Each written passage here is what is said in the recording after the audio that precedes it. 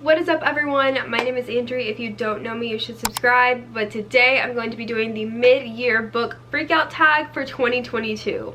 I've done this book tag since 2019, so this is going to be my 4th time doing it, and that just sounds crazy because it means I've been on BookTube for going on 4 years, and that just doesn't sound right. But, you know, my channel's come a long way. I've come a long way with all of you guys, so thanks for being here if you're here. Wow, that just got a little bit emotional already. But yeah, mid-year freakout tag is like, you know, a staple on BookTube. Everybody does it, so of course I have to do it this year. Not gonna miss out, and it's a good way to benchmark like the halfway mark of your reading year, and that's what the questions help do. I'll link down below the creators of this tag. I don't think the original video is still up, but I'll link the creators of it, their channels, and let's just get into these questions because there's 13 questions. And this is just going to be a really chill video, hence my fit. And also, it's like 9 o'clock at night. I'm about to go to bed because I'm going on vacation tomorrow and I have to go to work and, like, you know, pack and stuff. So we're just going to chill and talk for a bit over these questions, okay? So number 1 is best book you have read so far this year. And the best book I read this year definitely has to be All My Rage by Sabaa Tahir. I was going through my Goodreads and I've read a lot of 5 stars. I've read some great books this year, don't get me wrong. It was a little bit hard to pick one, but All My Rage is a big standout. It is so good. I still have not gotten over it. I love it so much. All My Rage was Sabaa Tahir's first contemporary novel that's not, you know, a fantasy. It's not her Ember series. But All My Rage just has so much heart in it. There's so many gut-wrenching parts. Like, it just builds up to, like, heartbreak in the best way. Like, I don't know, it's so emotional, but I love it. I actually don't have the book because my mom is borrowing it right now. I'm forcing her to read it. I'm trying to force, like, everyone I know to read it because it's so good. If you haven't read All My Rage, go check it out. Number 2, best sequel you've read so far this year. Okay, so this one has to be Hook, Line, and Sinker by Tessa Bailey. I went into the Bellinger Sister duology not expecting to really like it, but I really enjoyed It Happened One Summer. I gave it 4 stars, and then I read the sequel, Hook, Line, and Sinker, and gave it 5 stars. This one I just loved a little bit more. It gave me everything. I like that this one has a love interest whose name is Fox Thornton, which is, like, you know, it's a pretty nice name. He was like a player, like notoriously a player, and then he finds that one girl that he just can't get over and is just like infatuated with her and like doesn't really understand his feelings because he's always been that player type. And so when he falls hard, and that's something that I think was my most enjoyable aspect of this book and why I really loved it. Number 3 is new release you haven't read yet from this year but you want to. So there's a couple. One of them is Book Lovers by Emily Henry. I haven't read this one. It just came out. I'm a little apprehensive. I don't know if I'm gonna like it. I really hope I am. I love this blue color. It's so vibrant. It's so pretty. But I just don't know if Emily Henry is for me. But I'm gonna find out about Book Lovers. I'm gonna try it. I'm gonna see how it is. Another one that I really want to read this year that came out is this one. It just came out, actually. The Stardust Thief by Chelsea Abdullah. That's a fantasy that sounds so good. I cannot wait to get my hands on it. I'm going to the bookstore, I think, next week, and I might be able to pick it up because I'm really interested. I'm really intrigued. You should check it out. The Stardust Thief. It's supposed to be good. I hope it's good, and I'm definitely going to get that pretty soon. I have like 2 lists. Like, I'm reading the questions and I have my list of answers right here. I feel like a lot is going on. Anyway, number 4, most anticipated release for the second half of 22. I have a couple books that are coming out still that I am so excited for, so let me share them with you. First one is Master of Iron by Trisha Levenseller. It's the sequel to Blade of Secrets, and oh, me and my friend Sarah love Trisha Levenseller. Trisha's our girl, and Master of Iron is coming out this year. I cannot wait. I'm so sad because she's going on tour, but she's not coming to Texas, and like, I don't think I can justify flying somewhere to spend an hour with an author. Like, I want to so bad because we love Trisha Levenseller. Like, we are her biggest fans, but I don't think I'm gonna do it. But Master of Iron, that one's coming out, and then All of Our Demise by Amanda Foody. That one is the sequel to All of Us Villains, which came out last year, and not a lot of people talk about it. It's rated kind of low on Goodreads, but that is a hidden gem. All of Us Villains is so good, and this sequel is coming out. Perfect timing this year. Can't wait. Bladebreaker by Victoria Aveyard. That's a sequel to Realmbreaker. I actually really like Realmbreaker. Like, a lot of people didn't like it, but I thought it was really good. I don't know. I guess I'm just a Victoria Aveyard stan because I didn't like Red Queen, but Realm Breaker was pretty good. So Blade Breaker. Then we have Love on the Brain by Ellie Hazelwood. She wrote The Love Hypothesis. Need I Say More? I'm obsessed with that book, and so I'm going to try out her next romance. I requested the Arc of NetGalley and didn't get it, so kind of have hard feelings with their publisher right now, but it's okay. I'm still going to read it. Then we have Strike the Zither by Joan Hay. She also wrote The Ones We're Meant to Find, and I read that last year, and it was such a beautiful, weird, dystopian sci-fi book that was just... it was good, let me tell you. It was good. Good enough that I want to read everything she writes. So, yeah. And then the last one is A Forbidden Fate by Kaven Herning. She's a book talker, and A Forbidden Fate is all about, well, it's about a lot of characters and, like, a lot of things, but the main thing that piqued my interest about it is that the main character, she, cannot touch this guy who she's, like, falling for. Like, they're falling for each other, and they cannot touch, or else literally the world ends. Like, talk about forbidden romance. They literally can't touch each other or everyone dies, but they love each other. Like, I don't know, that just sounds great to me. The tension, the tension, I can't. Okay, next is 5. Biggest disappointment this year. I have 2. First one is Fix Her Up by Tessa Bailey. I know Hook, Line, and Sinker by Tessa Bailey was on my favorites of this year or whatever, but Fix Her Up was such a disappointment. That book was really bad.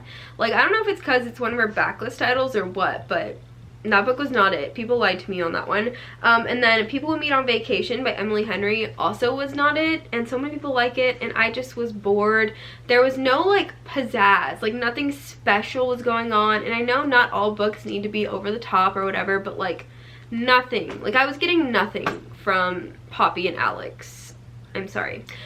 So yeah, I can't even find my copy of People Who Meet on Vacation. I have it somewhere, and I literally don't know where it is. So I was just disappointed. 6 is Biggest Surprise of the Year. Oh, for this one, I actually have the book, and that was a book I just finished today. Love Boat Taipei by Abigail Hing Wen. I have had this on my TBR for like 2 years, not even kidding. I tried to read it last February and I remember I didn't, and it's been sitting on my shelves. I'm so glad I finally read it, but this one is literally all drama. If you want drama, pick up Love Boat Taipei. It was almost like a reality TV show, except like not super fake. Like, the things that happened to the main character, like, I understood like why they happened, but the whole premise is that the main character gets into a thing called Love Boat, which is like a summer camp for like these young adults that are some of them come from like very rich backgrounds. Like, it costs a lot of money to go, and they just like go, and they're supposed to be like learning Mandarin and like taking all these electives and doing like school stuff and like stuff that would look really good for colleges, but they pretty much just go to like mingle, find like love, find hookups, party and stuff. And our main character definitely does that so much, but she was like a perfect student and a perfect daughter, and then she gets to Love Boat and just like lets loose, and boy does she. Like, it's crazy. There's a love triangle, there's a lot going on. She gets like punched in the face by another girl. Like, it's just tea. It's just pure tea and angst, and that's what I live for. So big surprise. I don't know what I thought Love Boat Taipei was about, but that was not it, and so I was just shook. I was shooketh. Number 7, favorite new author, probably has to be S.A. Chakraborty, who wrote City of Brass. I loved her storytelling. I loved her writing style. I just thought she was a really brilliant author. And then Ellie Hazelwood. She's now an auto-buy author for me because I like her style too. I think she's like funny. Like S.A. Chakraborty, I like her world building, and like she's very, not sophisticated, but she has the good prose like with a fantasy setting. And then Ellie Hazelwood, she was like funny, and I didn't think her romance was cringy. Like, the things that the main character Olive did were kind of cringy, but like the writing wasn't too cringy. Like, you know, Tessa Bailey and Fix Her Up was like way too cringy, so not to compare. But yeah, favorite new authors. A newest fictional crush. All right, I have a couple written down. First one is probably my top crush, Rune Dannon from House of Sky and Breath. Specifically House of Sky and Breath, because in Crescent City 1 he was like whatever, he was just Bryce's brother, but in Crescent City 2, Night, Agent Night, Agent Day. I'm sorry, their plot stole my heart away and like made my heart stop in my chest because I love Rune so much now. Adam Carlson, obviously I love The Life Hypothesis. I loved Adam, period. That's it. He's the broody, grumpy guy, but he loves Olive and she's like sunshine. I'm sorry, I love them. Okay. Salahuddin from All My Rage. That's my boy. I love Sal so much. He's so sweet, but he's so stupid. He makes bad choices, but like, who doesn't? But it's what he does to like make up for it that I love about him. Okay, and then Len. Oh my god, let me talk about Len for a sec. So he is from the book Not Here to Be Liked. Hold on. Okay. This is like choking me. Okay, this is Len. Look, I'm gonna focus on him. Okay, here's Len. Here he is, right here. Not Here to Be Liked was another book that I've been loving lately. I just read it this month. And if you've read that book, let me know. I feel like nobody's read it except me, which is fine because I'm prepared to gatekeep that book. I am fully prepared to gatekeep that book so no one can talk trash about it because I love it so much. And if you're not gonna like it, I don't want to hear about it. I feel so protective over that book. But Len is like a ex-baseball player who is now running for editor-in-chief of the school newspaper. He is challenging Eliza, who is like always thought she was gonna win, and he's just kind of like a cocky person, but he's also nice, but he also is kind of like annoying to Eliza, and like he knows it, so he kind of like not picks on her, but he challenges her, and I feel like that's really good for Eliza, but also like he does it in a cute way. So I like Lynn. Number 9, newest favorite character. This is kind of like the same thing, but I guess in terms of not like a crush. So I really like Alizé from The Woven Kingdom by Tahira Mafi, her new fantasy series, her new first in her fantasy series. Alizé is really cool. I feel like she is a classic young adult heroine, but I don't know, I like her. I like the way she's written. And also Alistair from All of Us Villains. There's a couple characters that you can love in that story, but Alistair, I love that he made bad choices and he's like a villain, but like he has his reasons, but he's a villain. Number 10, book that made you cry this year. Oh, I have the perfect one. I Sobbed.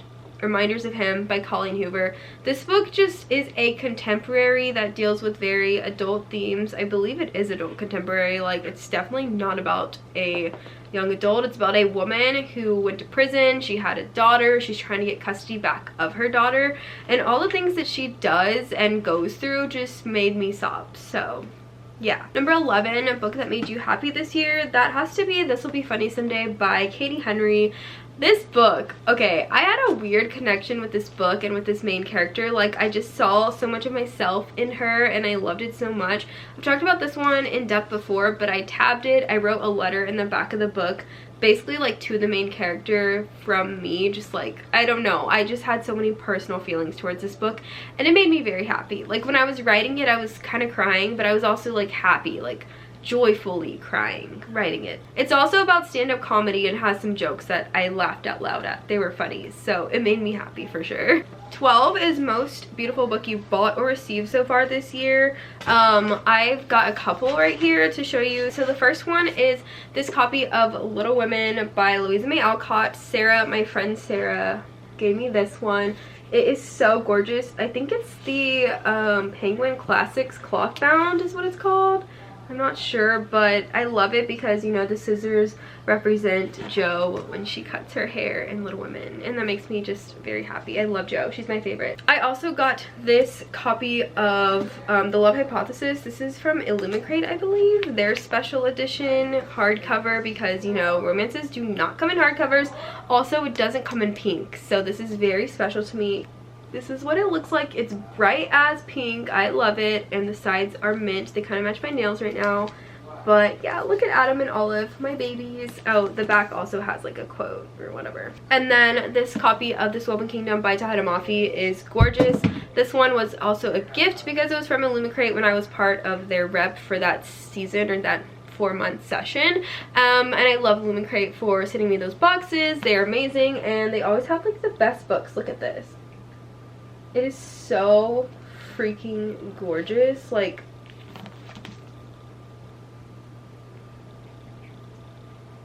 I love it so much. Also, these page edges are so pretty. I did tab, and I feel like I'm going to take these tabs out and put them in my regular copy because when I read it, I didn't have the regular edition. Now I do, so I definitely want to preserve this one and take those tabs off, except I'm scared they're going to like rip the ink on the pages because I tried to move one and it already did, so I kind of think I messed up, but I'm going to try. And yeah, I don't know. I just think this book is absolutely gorgeous. All right, number 13. What do you need to read by the end of the year? A lot. I obviously need to read all of my physical TBR, which I've been working on. On my TBR cart in particular are the books that I really want to get to like soon. Like they're my easy to grab books I know I'm gonna grab and gravitate towards soon. So that cart is my goal. Like if I can finish that cart and like replenish it, that would be great. But specifically some books are The Poppy War by R.F. Kuang. I want to get into that series. I have the first 2 books, so I think I'm gonna love it as well. Can't wait to get into that. The Anthropocene Reviewed by John Green. I really want to read that. It's a book of anthologies where he analyzes a bunch of different things and rates them on a 5-star scale, and also talks about in depth about the 5-star scale. Like he's just so, I don't know.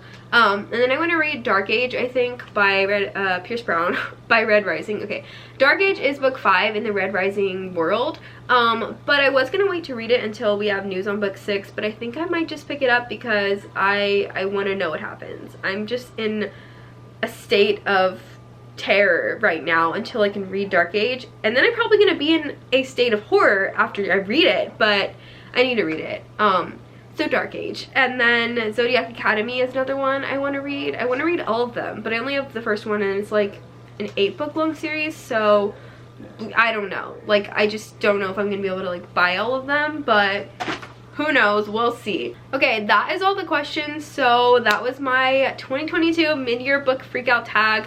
I cannot believe I've done this for 4 years again. Can I just reiterate the fact that I've been on YouTube for 4 years, and that's crazy. But that's pretty much all I have to say for you guys. Hi.